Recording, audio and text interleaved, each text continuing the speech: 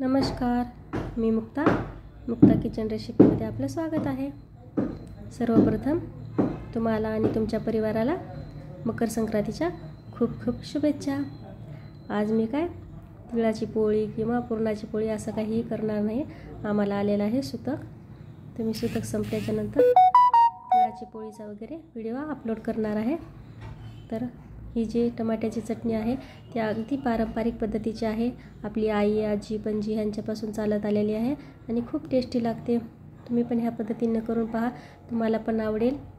मी तोपर्यंत टोमॅटो वगैरे चिरत आहे। तोपर्यंत तुम्ही माझ्या चॅनलला नवीन असाल तर सबस्क्राइब करा, लाईक करा, व्हिडिओला कमेंट आणि शेअर करा। तर सर्वप्रथम मी टोमॅटो जे आहेत ते अगदी बारीक बारीक असे चिरून घेतलेले आहेत। त्यानंतर आता आपल्याला कांदा पण त्याचप्रमाणे छोटा छोटा चिरून घ्यायचा आहे आणि मिरची आपल्याला 2 घ्यायची आहे आणि लसूण जे आहे ते आपल्याला वाटून वगैरे घ्यायचं नाही। तुम्ही असं अख्खा जरी लसूण टाकला तरी पण खूप छान लागेल, पण मी या ठिकाणी चिरून घेणार आहे लसूण पण। लसूण अख्खा टाकल्याच्या नंतर खाते वेळी छान लागते। त्यानंतर आता मी कढईमध्ये तेल टाकून घेणार आहे। तेल टाकल्याच्या नंतर मोहरी घालायची आहे। मोहरी छान अशी तडतडली की त्यानंतर आता आपल्याला घालायचे आहे जिरे। त्यानंतर लगेचच आपल्याला हिरवी मिरची टाकायची आहे आणि लसणाचे मी काप करून घेतलेले। तुम्ही लसूण असा सवता जरी टाकला तरी छान लागेल। त्यानंतर आता आपल्याला टाकायचा आहे कांदा छान असा परतून घ्यायचा आहे। थोडासा लाल झाला की त्याच्यामध्ये घालायची आपल्याला हळद आणि टोमॅटो जे आहेत ते आपल्याला अगदी असे पिळूनच घ्यायचे आहेत। त्यामुळे काय होईल, ॲसिडिटीचा त्रास होणार नाही आणि आपण ह्याच्यामध्ये अजिबात मसाल्याचा वापर पण करणार नाही आहोत। त्यानंतर आता मी हळद टाकून परतून घेतलेली आहे। त्यानंतर आता आपल्याला घालायचे आहे टोमॅटो असे छान परतून घ्यायचे आहेत आणि लगेचच आपल्याला मीठ टाकायचं आहे।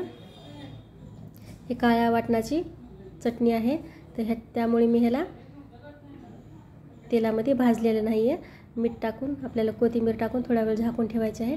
मिठामुळे काय होईल, टोमॅटो जे आहेत ते छान असे मऊ पडतील, असे कच्चे लागणार नाही टमाटे। तर आपल्याला मस्त असं तेल सुटलेलं आहे टमाट्याला छान। त्यानंतर आता मी थोडासा गरम मसाला घालणार आहे। त्यामध्ये धने, जिरे मिक्स केलेले आहेत, ते घरगुती बनवलेलं आहे।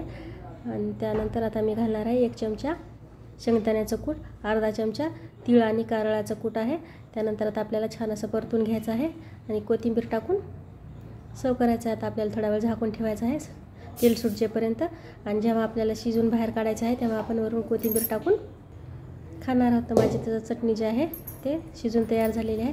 मी एका ताटामध्ये आता काढून घेणार आहे। अगदी छान अशी चिंब झालेली आहे शिजून, अगदी चविष्ट अशी लागते ही चटणी। तुम्ही पण एकदा नक्की ट्राय करा, तुम्हाला पण आवडेल आणि तुमच्या घरच्यांना पण आवडेल। मस्त खूप छान झालेली आहे। पाहता क्षणी तोंडाला पाणी आले। धन्यवाद।